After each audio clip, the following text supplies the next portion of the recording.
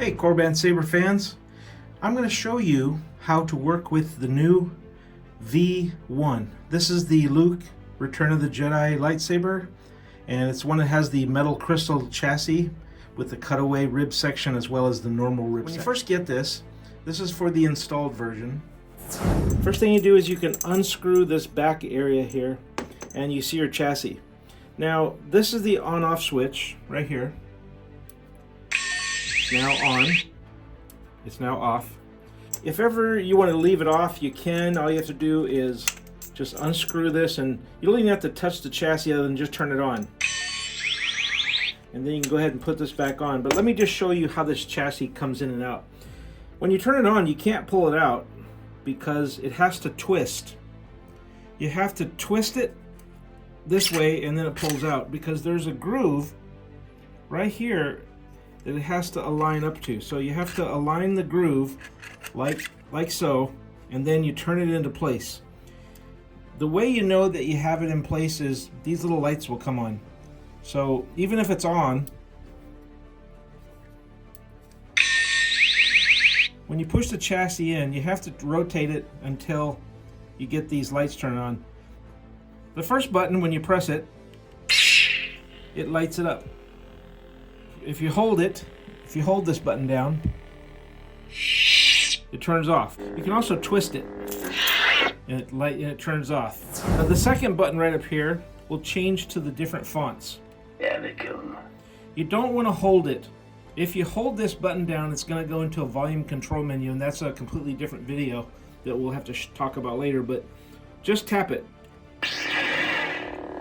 and then hold it to deignite. And for the font, just tap it. It's just bad these days. The Force will be with you. Master Window! I can bring you in warm. Where is he? Currently I have it on a red font, so when you push this, it's going to light up red. One thing you can do is you can pull this thing back, and by pushing this little white button, it turns it on as well. That's just an added feature. Be careful when you put this back on. You don't want to knock the button off. So kind of hold it down. There you go.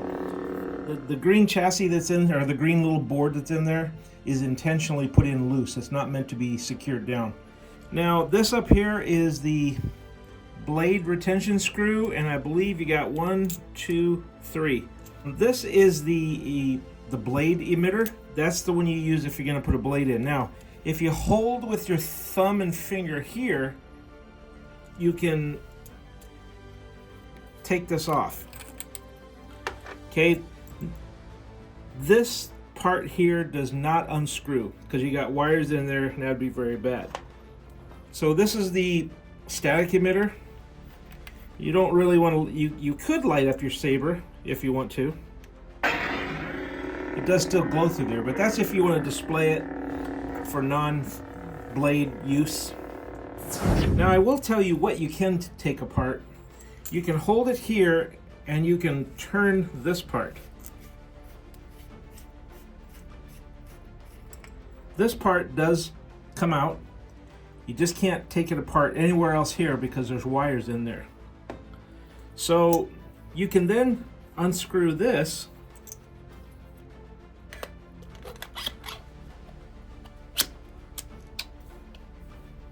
It's just a matter of getting it in the groove, pushing it all the way in, and turning it so that there's a strip inside on top of the chassis that has to turn so it's underneath this section. There it is. So it still works, but now you don't have the cutaway. So it's just a matter of minor adjustments. But you have your font button and your light up mode. Put this back on if you want it to hold the blade. You could put this back on if you want it to just be for your display. Still lights up so you can still show people. You do get 2 different pommel caps. You get one that has a sound vent and one that's does not. So if you put this on, it's going to be, the sound will be very quiet. So most of the time people would only use this if you want to display it and you're not going to light it up.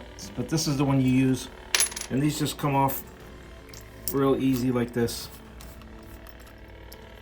Now this part is intentionally meant to be loose because you can turn it in any direction or you can put it in any direction you want. Sometimes people will call it, you can clock it. So if you put this on and you want the D-ring here, great. If you don't, if you want the D-ring to be up here, now you've clocked it into a different position.